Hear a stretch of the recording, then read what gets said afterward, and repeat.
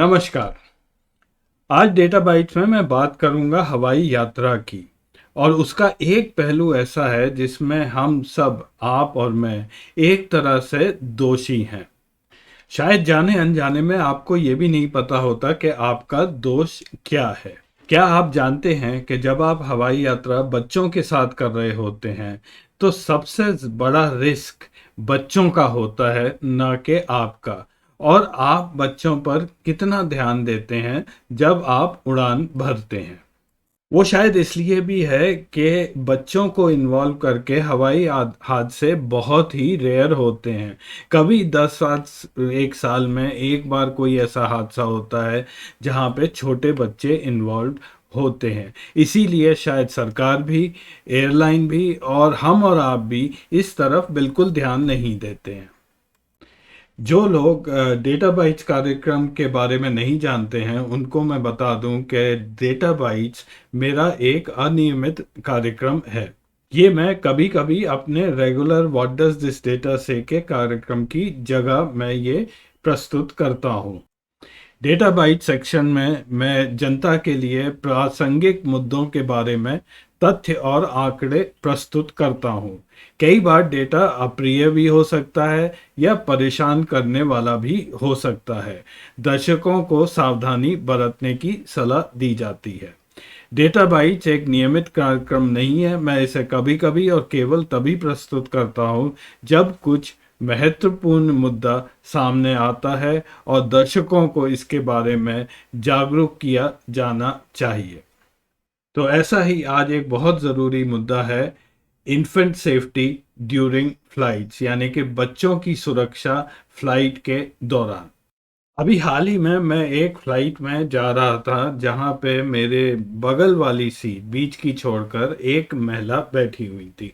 उनके हाथ में कोई 8-9 महीने का एक शिशु था। फ्लाइट चलने के पहले एयर होस्टेस या परिचारिका ने उनको इन्फेंट सीट बेल्ट ला के दी और कहा कि इसको बांध लीजिए। वो बेल्ट उस महिला ने साइड में रख दी। हालांकि वो एयर होस्टेस ने कई बार उनको याद दिलाया, लेकिन उन्होंने वो बच्चे पर सीट बेल्ट नहीं बांधी और बच्चे को गोदी में ही लेके रखा। पूरी फ्लाइट इसी तरह ख़त्म हो गई बगैर हादसे के। लेकिन हमेशा आपकी फ्लाइट सेफ हो ऐसा ज़रूरी नहीं है। 2 साल पहले का ये विमान हादसा आप सबको अच्छी तरह याद होगा। एयर इंडिया एक्सप्रेस का एक बोइंग 737 विमान दुबई से आते हुए कोझिकोड हवाई अड्डे पर उतरते हुए दुर्घटनाग्रस्त हो गया था। इस हवाई जहाज में 184 पैसेंजर्स सफ़र कर रहे थे, जिसमें 10 शिशु थे। दोनों पायलट समेत इसमें 19 लोगों की मौत हुई, जिसमें 3 इन्फेंट्स भी शामिल थे। इस हादसे को इन्वेस्टिगेट करने के लिए डीजीसीए यानी कि director general of civil aviation ने 1 साल से ज़्यादा समय लिया था और फाइनल इन्वेस्टिगेशन रिपोर्ट पिछले सितंबर में जारी की गई थी। और इसी रिपोर्ट में शिशुओं के लिए कुछ ऐसे तथ्य सामने आए जो कि डिस्टर्बिंग हैं। एयर इंडिया एक्सप्रेस की उड़ान IX1344 जो दुबई से आई थी, उसमें 10 बच्चे सवार थे अपने पेरेंट्स के साथ और ये 2 साल की उम्र से कम थे, इसलिए इन्हें अलग सीट नहीं दी गई थी। ये बच्चे अपने माँ बाप की लैप में यानी कि गोदी में बैठे हुए थे, टेक ऑफ के दौरान भी और लैंडिंग के टाइम भी। इसमें से जो 10 बच्चे थे उसमें से 3 की मौत हो गई और 3 गंभीर रूप से घायल हो गए। तो अगर आप इस हादसे में फेटलिटीज़ और इंजरीज देखें तो 10 में से 3 बच्चों की मौत हुई, 33%। क्रू 6 में से 2 दोनों पायलट्स की मौत हुई, 33%। और जो एडल्ट पैसेंजर्स थे 174 में से 16 लोगों की मौत हुई, 9%। तो बच्चे हमेशा ज़्यादा रिस्क पर रहते हैं अगर हम लोग प्रिकॉशन नहीं लेंगे। अब एक बार उस उड़ान का सीट मैप और कौन सा पैसेंजर किस सीट पर घायल हुआ ये ज़रा गौर से देखिए। पहली चीज़ तो आप ये नोट करें कि ज़्यादा हादसे विमान के अगले हिस्से में हुए थे, ना कि पिछले हिस्से में। हम बात कर रहे हैं इन्फेंट्स की, जो 3 इन्फेंट जिनकी मौत हुई थी। 2 इन्फेंट्स बैठे थे सीट 2A पर, जो यहाँ पे है, और सीट 23C जो कि इधर है।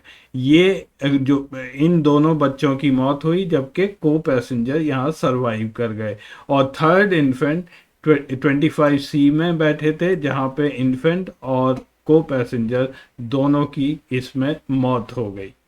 और जो बच्चे 3 और जो घायल हुए थे, वो फ्रंट सेक्शन में अपने गार्डियंस के लैप में बैठे हुए थे, यानी कि गोदी में। इसी डेटा को एनालाइज करके इस रिपोर्ट में ये भी कहा गया है, एयर इंडिया एक्सप्रेस के पास चाइल्ड रिस्ट्रेंट सिस्टम नहीं है। वो बच्चों को पैसेंजर की गोदी में बिठाते हैं, और यहाँ तक के एक एक्सटेंशन चाइल्ड सीट बेल्ट भी नहीं देते हैं। और जो अगला पैरा लिखा है इसी रिपोर्ट में, उसमें डीजीसीए ने अपना पलड़ा झाड़ लिया है। डीजीसीए ने आज तक कोई एडवाइजरी नहीं दी थी चाइल्ड रिस्ट्रेंट सिस्टम के बारे में। वो कहते हैं कि इंटरनेशनल सिविल एविएशन ऑर्गेनाइजेशन की एक रिपोर्ट है, वो एयरलाइंस फॉलो इसलिए नहीं करती हैं कि ऐसे हादसे बहुत कम होते हैं। ये हादसा होने के 1.5 साल बाद director general of civil aviation ने एक सर्कुलर भेजा है चाइल्ड रिस्ट्रेंट सिस्टम का। ये भी एक एडवाइजरी के तौर पर है, ना कि एक मैंडेटरी डायरेक्शन है एयरलाइंस को। और इस गाइडलाइन में कहा गया है कि ये पॉसिबल नहीं है कि किसी भी बच्चे को गोदी में बिठाएं और वो सेफ रहेगा। इसलिए चाइल्ड रिस्ट्रेंट सिस्टम अत्यंत आवश्यक है और सबसे ज़्यादा सेफ है। और एडवाइजरी के तौर पर डीजीसीए कहता है कि वो एनकरेज करते हैं एयरलाइंस को कि वो अपनी कंपनी में चाइल्ड रिस्ट्रेंट सिस्टम्स का जितना भी पॉसिबल हो वो इस्तेमाल शुरू करें। आप सभी लोग हवाई जहाज में जो इन्फेंट हार्नेस, यानी कि छोटे बच्चों के लिए एक एक्सटेंशन पेटी होती है जो दी जाती है, उससे आप अच्छी तरह वाकिफ होंगे। उसमें बच्चे के माँ या पिता बच्चे को इस तरह बिठा लेते हैं और इसको सामने से ये पेटी को बांध लेते हैं। लेकिन ऐसा करते समय शायद आप ये नहीं जानते हैं कि ये बिल्कुल गलत तरीका है बच्चे को हार्नेस बांधने का। बच्चे को कभी भी फ्रंट फेसिंग नहीं बिठाना चाहिए, और ये मैं आपको आगे चल के दिखाऊंगा कि अगर आप बच्चे को ऐसे बिठाएंगे तो कितना बड़ा खतरा हो सकता है। सही तरीका कुछ इस तरह है। छोटे बच्चे को हमेशा अपनी तरफ मुंह करके उसको हार्नेस बांधना चाहिए। अगर एयरलाइन आपको हार्नेस नहीं देती है तो इस तरह का हार्नेस बाजार में भी मिलता है, जो कि बच्चे को कंधे से और कमर से स्ट्रैप करके आपके शोल्डर से बांध देता है। इस तरह से ये फुली सिक्योर हो जाता है। अब बात करते हैं कि चाइल्ड रिस्ट्रेंट सिस्टम क्या होता है। Child restraint system seat belt extension या इन्फेंट हार्नेस नहीं होता है। चलिए देखते हैं ये क्या होता है। चाइल्ड रिस्ट्रेंट सिस्टम एक कॉम्बिनेशन है मल्टीपल बेल्ट्स का। पहली बेल्ट ये सीट के ऊपर से नीचे आती है, जो कि जिसको टाइट करते हैं बच्चे के शोल्डर्स के पास। उसके बाद बच्चे के शोल्डर से ये 2 स्ट्रैप्स जाते हैं, जो कि इस बेल्ट में लूप्स होते हैं, उसमें ये फिक्स हो जाता है। और जो सीट बेल्ट है वो इसके थ्रू ऐसे जाती है, तो बच्चा नीचे से भी सिक्योर हो जाता है। कई जगह एक नॉन स्लिप मैट भी बिछाते हैं कि वो अगर कोई हादसा हो तो आगे नहीं फिसले। ये मल्टीपल बेल्ट्स जो चाइल्ड रिस्ट्रेंट सिस्टम की हैं, ये फोल्ड होके एक बहुत ही कन्वीनियंट साइज में हो जाती हैं, और किसी भी एयरलाइन को 15-20 ऐसे बेल्ट्स लेके चलने में कोई भी परेशानी नहीं होनी चाहिए।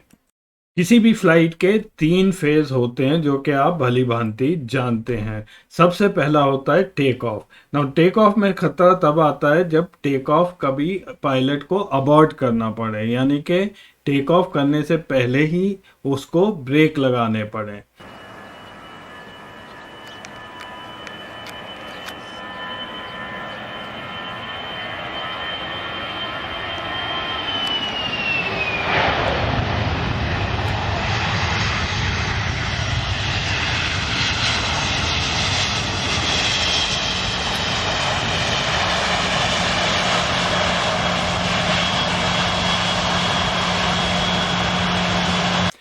दूसरा है लैंडिंग। सबसे ज़्यादा विमान हादसे लैंडिंग के दौरान ही होते हैं। इसमें सडनली ब्रेक मारने पड़ सकते हैं, विमान रनवे ओवरशूट कर सकता है जैसा कि कोझिकोड में हुआ था, या गीली रनवे से स्लिप कर सकता है। इन सब जगह सीट बेल्ट बच्चों को बांधना बहुत ही ज़रूरी है। और तीसरा है मिड एयर टर्बुलेंस, जो कि कभी भी आ सकता है। वो माइल्ड भी हो सकता है और बहुत ही वायलेंट भी हो सकता है। हालांकि एक हवाई जहाज़ की टैक्सीइंग स्पीड 30 से 35 किलोमीटर प्रति घंटे की होती है, और जब वो रनवे की तरफ जा रहा होता है, खासकर बड़े हवाई अड्डों पर, उस समय उसकी टैक्सीइंग स्पीड 50 से 60 किलोमीटर प्रति घंटा तक बढ़ जाती है। टैक्सी करते समय क्रू को खतरा हमेशा बना रहता है। बहुत पहले की बात है, मैं हैदराबाद से चेन्नई जा रहा था एयर इंडिया की फ़्लाइट से। टैक्सी करते समय पायलट को किसी वजह से सडन ब्रेक मारना पड़ा। उस समय क्रू में एक स्टुअर्ड थे, वो काम कर रहे थे और चल रहे थे उसी डायरेक्शन में जिसमें हवाई जहाज जा रहा था। ब्रेक लगते ही वो ज़मीन पर गिरे और फिसलते हुए सीधे पायलट के दरवाजे से उनका सर टकराया और वो बेहोश हो गए। खैर, हवाई जहाज को वापस लाया गया, उनको डीप्लेन किया गया, लेकिन ये खतरा हमेशा बना रहता है। ये स्पीड 30-35 किलोमीटर की कोई कम नहीं होती है।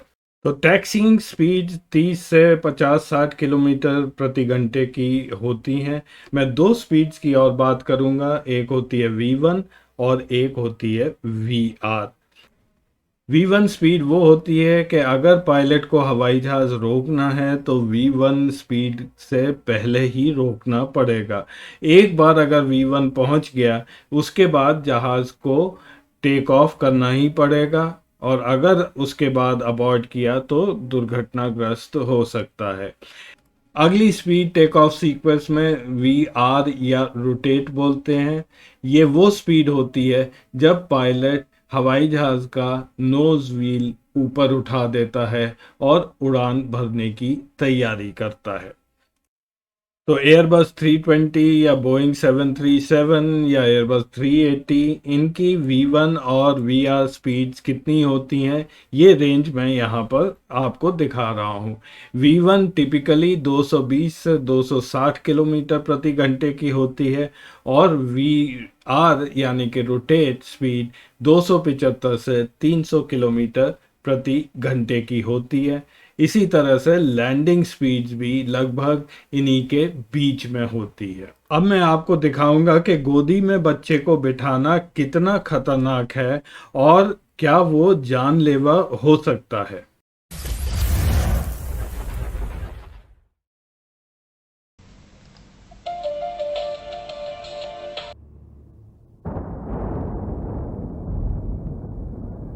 Sitting on the lap of an adult who is not wearing a belt is not as safe as you might think. This U.S. crash test proves the point very effectively.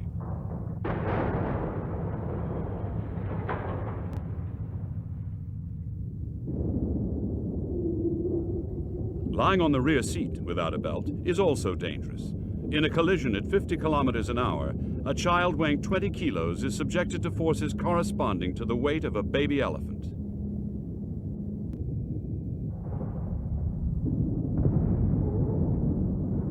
This crash test shows what happens to children sitting without safety belts in the luggage compartment of an estate car if it is hit from behind.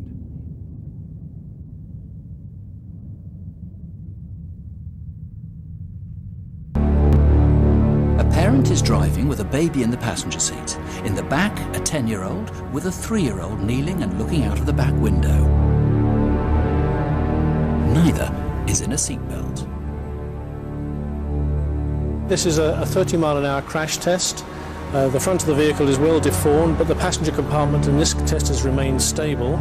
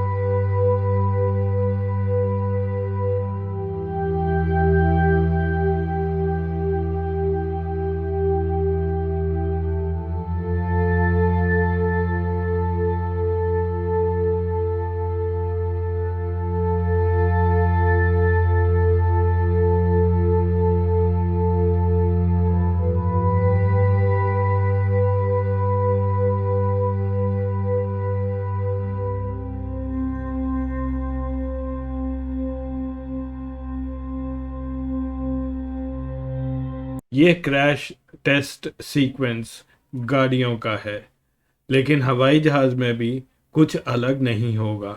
जो injuries होंगी वो इससे ज़्यादा ही होंगी, क्योंकि उसमें force कई गुना ज़्यादा होता है। जैसा कि इस वीडियो में बताया गया कि क्रैश में एक बच्चे पर एक बेबी एलिफेंट जितनी फोर्स वेट, उसके बराबर का वेट उस पर पड़ता है। मैंने ये कैलकुलेट किया है 2-3 सिचुएशंस के लिए, जो जल्दी से मैं आपको दिखा रहा हूँ। सबसे पहला केस है 30 किलोमीटर प्रति घंटे में अगर कार जा रही है, बच्चे का वेट 12 किलो है और अगर वो इम्पैक्ट होता है तो उस पर करीब 200 किलोग्राम का भार के इक्विवेलेंट उस पर फोर्स पड़ती है। वही गाड़ी अगर 50 किलोमीटर प्रति घंटे से जा रही है और वही बच्चा 12 केजी का बैठा है तो वेट करीब करीब 3 गुना हो जाता है, करीब 600 किलोग्राम के करीब का इम्पैक्ट फोर्स पड़ता है। और अगर आप हवाई जहाज़ में देखें तो 250 किलोमीटर प्रति घंटे की स्पीड से जा रहा है, क्योंकि यहाँ पे इम्पैक्ट डिस्टेंस ज़्यादा हो जाता है, फिर भी बच्चे के ऊपर 600-700 किलोग्राम के इक्विवेलेंट वेट पड़ सकता है। मेरा आप सबके लिए एक सुझाव भी है, जब भी आप अगली यात्रा भरें और किसी बच्चे के साथ आप ट्रैवल कर रहे हों तो एयर होस्टेस से आप चाइल्ड रिस्ट्रेंट सिस्टम यानी कि बाल संयम प्रणाली के लिए ज़रूर मांग करें। हो सकता है कि एयरलाइन के पास ये ना हो, लेकिन अगर हम सब पूछना शुरू कर देंगे तो कुछ एयरलाइन एक दिन ये यंत्र रखना शुरू कर देंगी और अन्य एयरलाइन भी उसका अनुसरण करने लगेंगी। तो अंत में सब पेरेंट्स को यही एडवाइस है कि जैसा भी अभी आपको सीट बेल्ट, इन्फेंट हार्नेस मिलता है उसको आप यूज़ करें, बच्चे को अपनी तरफ रख के उसको सिक्योर करें जब तक कि चाइल्ड रिस्ट्रेंट सिस्टम्स इम्प्लीमेंट नहीं हो जाते। आपकी उड़ान बिल्कुल सेफ रहेगी, कोई हादसा नहीं होगा, लेकिन कभी भी 10,000 1,00,000 में वो एक उड़ान ऐसी होती है जहां अगर सीट बेल्ट ठीक बांधी होती तो शायद जानें बच जाती। देखने के लिए धन्यवाद और नमस्कार।